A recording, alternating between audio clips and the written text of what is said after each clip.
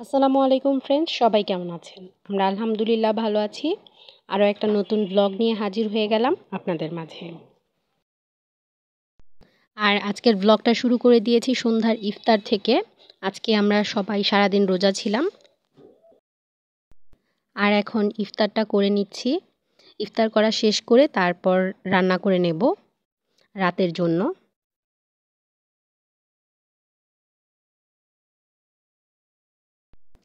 এরপরে চলে এলাম রান্নাঘরে। ইফতার করা শেষ আর আম্মু ডাল বসিয়ে দিয়েছিল। আর ডালটা প্রায় হয়ে গেছে, শুধুমাত্র বাগার দেওয়াটা বাকি। আর ডালে ধনিয়া পাতা, টমেটো, কাঁচামরিচ সব কিছু দেওয়া হয়ে গেছে।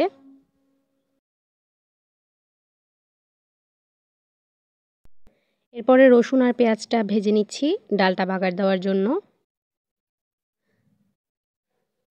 তারপরে ডালটা বাগার দেওয়া হয়ে গেছে। এরপর সব কিছু দিয়ে ইলিশ মাছ বসিয়ে দিয়েছি। পেঁয়াজ, তারপর হলুদ, লবণ, মরিচ, তেল সব কিছু একবারে দিয়েই বসিয়ে দিয়েছিলাম কিছুক্ষণ জাল করে। এরপর এর মধ্যে টমেটো, 2টা টমেটো কেটে দিয়েছি আর কাঁচামরিচ দিয়ে দিয়েছি।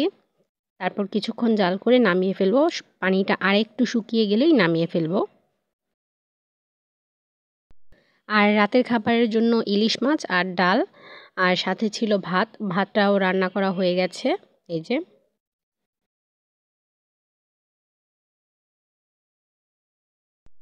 তারপরে তো সবাই রাতের খাবারটা খেতে বসে পড়লাম।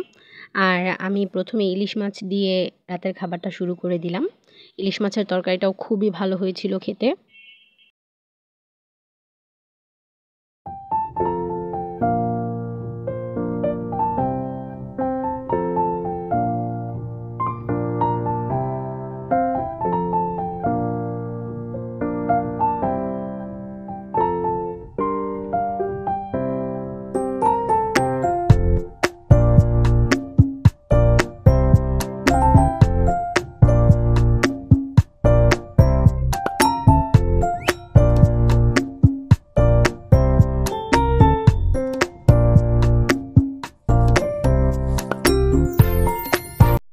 ইলিশ মাছের তরকারি দিয়ে ভাত খাওয়া শেষ করে তারপর নিয়ে নিলাম একটু ডাল, আর সাথে আরেকটা মাছ নিয়েছিলাম।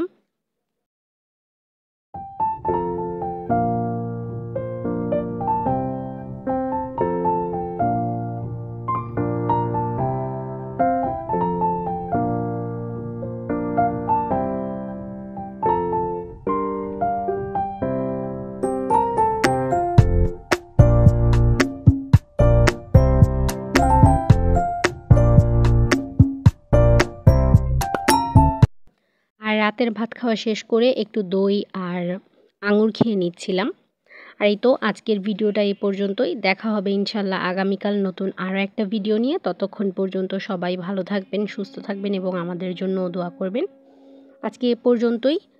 আর ভিডিওটা ভালো লেগে থাকলে অবশ্যই একটি লাইক দিয়ে যাবেন। আল্লাহ হাফেজ।